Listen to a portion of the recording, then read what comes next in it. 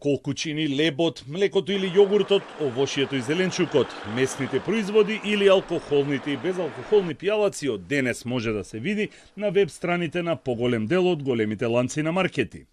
Законското решение е на сила, а од она што може да се види е дека поголем дел од маркетите го почитуваат и цените им се објавени за граѓаните да може полесно да се информираат. Сепак, дел од маркетите се уште ги немаат објавено ценовниците, а некои од големите маркети немаат официјална веб страна, бидејќи ги користат само социјалните мрежи. Граѓаните се задоволни, некои имаат забелешки околу формата во која се објавени ценовниците, бидејќи биле непрегледни, како и дека артиклите не се групирани. Некои велат дека ќе се информираат од прва рака, цената која е на рафтот. Знам, не сум проверил, повремено би го користил. Да, мислите дека е добра мерка? Па и да и не. Запознат сум, а дали ќе користам, ќе видам, а позитивна мерка. Денеска не отворивте пред да дојдете да купувате? Не. Веројатно е добра, меѓутоа можеби непотребна, затоа што нели Денеска не проверивте? Не. Оптеретување е веројатно и за самите маркети и тоа. Се на интернет некој може, некој гледа, некој не гледа. Искрено не отворив се уште да видам цените, инаку не верувам ниту во тоа, затоа што вчера пазарев овде, цените само се зголемуваат. На неколку производи ја забележав дека дури има зголемување драстично, до 50%.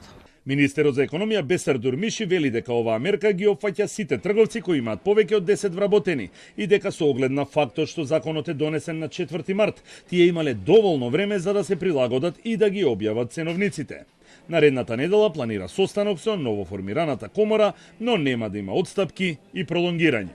Транспарентноста да биде поголема од страна на маркетите, трговците, граѓаните треба да знаат каде да ги трошат нивните пари, кои цени се поевтини. Ние сме тука на страна на граѓаните, треба да ги им излеземе на просред, така да овие законски решења што ги донесеме и овие правилници што ги правиме се во интерес на граѓаните. Се работи за закон кој ги опфаќа сите големите трговци или што имаат ланци на маркети. Тие имаат капацитет, имаат свој веб страна и може да ја спроведат овој закон или ова мерка. Државна пазарна инспекција ќе излезе на терен, ќе ги спроведе и ќе работи според своите надлежности, значи според законот за заштита на потрошувачите. Казните се најголемата вредност на казната е до 10.000 евра. Од пазарната инспекција за Телма соопштија дека план за мониторирање на спроведувањето на оваа мерка е направен уште во средата и дека неколку дежурни екипи за време на продолжениот викенд ги следат маркетите дали ја почитуваат мерката и ги објавуваат цените на продуктите кои се продаваат, како и дека се во постојан контакт со Министерството за економија. Детален извештај пресек за тоа колку се почитува мерката ќе има во вторник.